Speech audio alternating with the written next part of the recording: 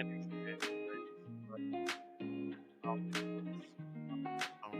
for the presentation. It adds a little bit more of a continued topic discussion about the poster itself or what the contents of the entire study were actually about. Um, as we do go into a little bit of a summary with the poster, due to the fact it was meant to be so simple, our study did only conclude so many participants. When we look further into the design of the research itself, we are more looking towards the effect the stimuli have on our subject matter. So, as we observed that half the participants did end up going through the violent stimuli, uh, we do have an issue where, due to it being a lab setting, it does mean that we can negate many different biases that would normally be affecting the participants. Usually, when we're in a more open setting, there's a lot more environmental factors that come into play. However, due to the nature of it being in a lab setting, we can go against many of these things. However, due to the situation, we can't negate the fact that there could be biases that were added due to the actual experimental process. Going further into this, we have to review the actual results that were presented in the poster itself. As I stated before, with a with the null hypothesis being rejected as strongly as it was, we do have to consider the fact that the process or the project itself needs further testing. As such, we need to have a bit more of an understanding of what the results could entail. Of course, for the process of this experiment and all the data being, made up, uh, usually uh, the results that we have at the moment would be an outstanding revelation and would either be ousted by the scientific community or it would be enlightened and everybody will love it. But as such, it is necessary for there to be further testing to make sure that the information that we present is accurate, is valuable, and can be replicated. For replication is the greatest instance of us proving that what we are bringing forward is legitimate in cause and nature. Another thing we need to talk about is the fact that the experiment itself, in the way it was presented, could offer biases in the fact that we only present these the in the base process of the experiment itself. There is no primary evaluation of aggression levels. Our evaluation of aggression levels, which is the voodoo doll task, is done after the participants are presented with these aggressive models of the different violent video games. And in a normal circumstance, this wouldn't have an effect. But since we are trying to gauge the effects these video games have on our participants, it is very necessary for us to get a measure of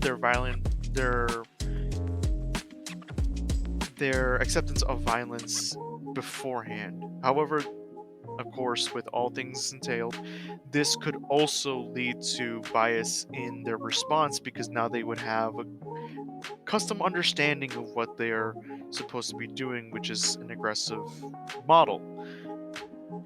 Although all participants would be advised beforehand about the situations or what they're being tested on for openness, um, like all experiments, there has to be some going around things to get the most accurate expressions of behavior possible. But yes, this is one of the main concerns about this entire experiment is the fact that there is no prior aggression level measurements before we actually proceed with the original with the actual experiments. The only time we ever measure aggression is after the stimuli are presented. If we were to go into further exploration into this process, it would be necessary to actually get their a prior measurement of aggression before we continue on with our research, just so we have a better gauge on what is actually affected. And due to the nature of it being a randomized situation, we don't really know if there are any participants in the group that could have been much more stimulated by aggression than others. And this becomes a problem because, with the results being so strong as they are, we could have seen a great distinction in participants in groups. However, we have no understanding of this because, as we said, this was a made up experiment.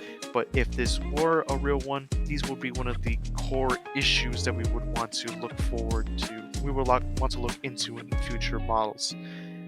Of course, the main audience for this experiment, specifically due to the age range I chose, we would be looking at, targeting this information and data that we presented towards more lawmaker groups, people of authority,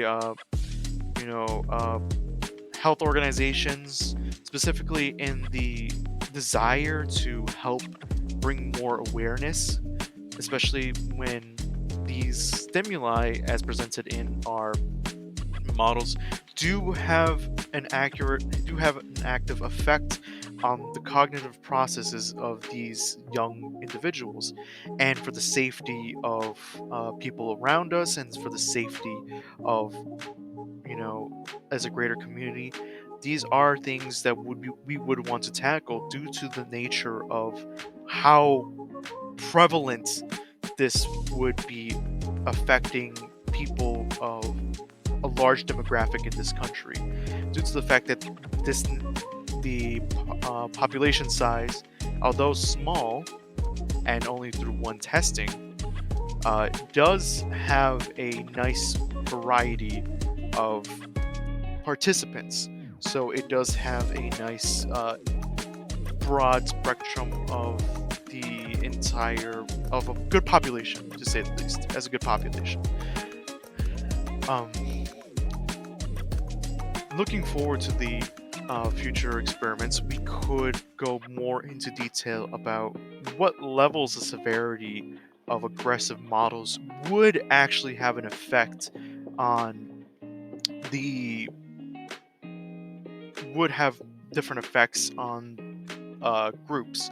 Uh, I originally proposed an idea of going further into detail, viewing more the different models of aggression and how they could actually affect cognitive priming. Uh, Basically, this experiment, but taking the step forward in a sense, where instead of it only being one violent video game and a neutral video game that people would be exposed to, because they weren't playing these video games in our experiment, they were interacting with them firsthand. They were just more being presented them in a video of sorts. Um, so in my proposed experiment, I brought up the concept of providing different levels of stimuli, uh, still them not necessarily interacting with them in first directly, but indirectly through exposure. Different stimuli. It would be different levels of visual stimuli, so going things from, like we did in the experiment with video games, to just images like posters, things that you would see day to day, general propaganda, to say the least. And uh, the most severe concept would be like two people having an aggressive argument nearby. The concept of that would be that instead of there being a barrier effect where the poster is just a poster, the video game is just a video game to people. However, actually seeing people argue in front of each other, that actually brings up an extra step in things, and that actually, um, to my opinion, was that this would have a much larger degree of effect on participants due to the nature of this being something in their mind more real, as in two people in person would be arguing. Uh, that would be a further discussion into what levels of stimuli, what levels of aggression would have more of an effect due to, like I said, due to the nature of this experiment only having two actual levels. No, there's no further levels than what is presented. Uh, but yeah, no, thank you for this little clicking on this video if you did. I thought this is a pretty cool concept. I saw this on other poster boards where people are adding QR codes onto them. So the stuff that they can't explain on the poster board, they would explain in this video. Um, because you just can't get everything that you want in these presentations, especially when people are walking around. A QR code saves a video on your phone and you can look at it later. So it does allow for a lot more interaction with audiences outside of the actual conference. And I thought that was a pretty cool concept. But either way, thank you very much for watching the video. If you did, no need to like or anything like that. that I just added that because I felt like that would be customary. But I hope this made my presentation a little bit more personal and different. Uh, and I honestly hope that if I ever have to present a poster board in a conference, I could do something like this in the future as well. I thought this was very innovative and honestly using today's technology in a very good way. Well, either way, thank you very much and have a good one.